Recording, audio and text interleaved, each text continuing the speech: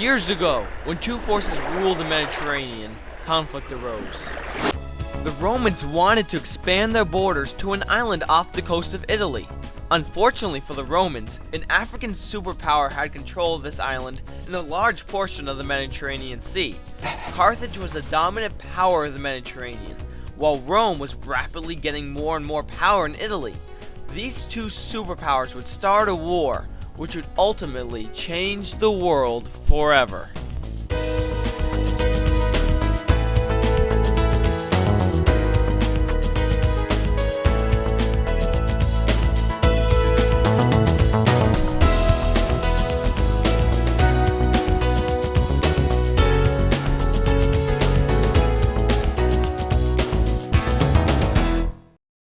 The First Punic War was fought partially on land in Sicily in Africa and in the sea.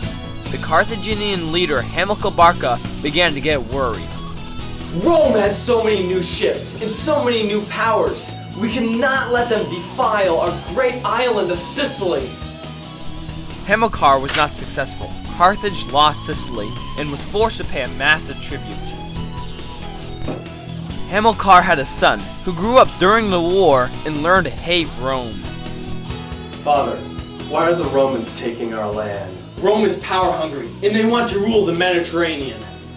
One day, I will defeat them and burn Rome to the ground. Son, I hope you do, son. After several years had passed, Hannibal's father died, and then was succeeded by Hasdrubal, who was murdered, and then Hannibal was elected commander of Carthage. Hannibal followed his father's footsteps and attacked many tribes and captured Samalca. A Roman senator had this to say: Capture of Saguntum was a violation of the treaty signed between Carthage and Rome, and because of this, Hannibal must hand over his government. Carthage must be destroyed.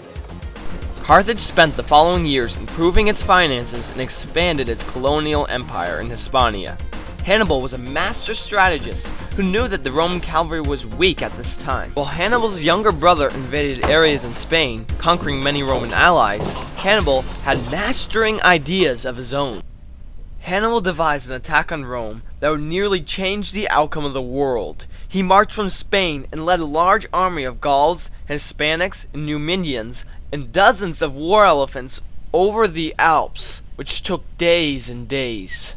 The conditions were horrible, and many men and elephants died climbing the huge mountains of the Alps.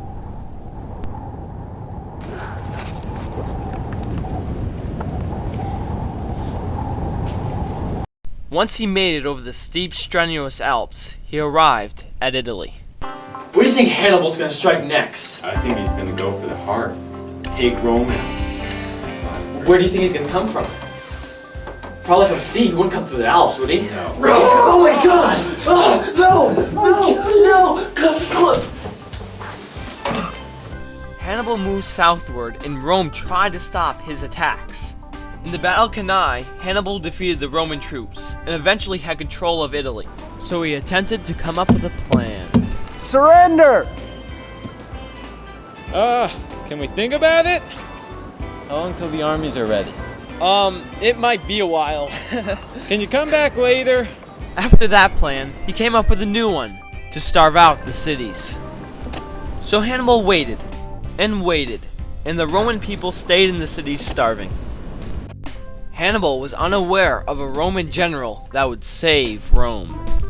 Publius Cornelius Scipio sailed to New Carthage and defeated Hannibal's younger brother in Spain, and Hannibal's younger brother rushed to reinforce Hannibal, but Scipio caught up with them and beat him in the Battle of Metaurus. I have to rush back to Hannibal to tell him we're in trouble.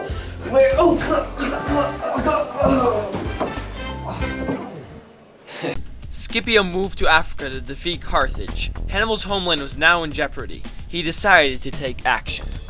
Oh no, my homeland is being destroyed! I will defend Carthage! Scipio will not get away with this! Hannibal was forced to abandon Italy and try to save his homeland. When Hannibal returned, he was only defeated by Scipio in Carthage.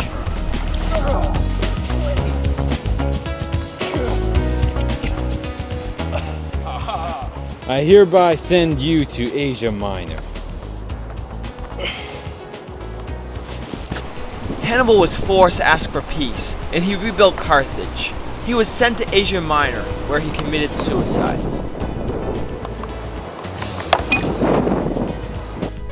It was because of Hannibal's tactics that Rome emerged strong and was able to maintain a powerful republic, spreading through the Mediterranean. The Romans remembered the Punic Wars and the military strength they gained from a war they almost lost.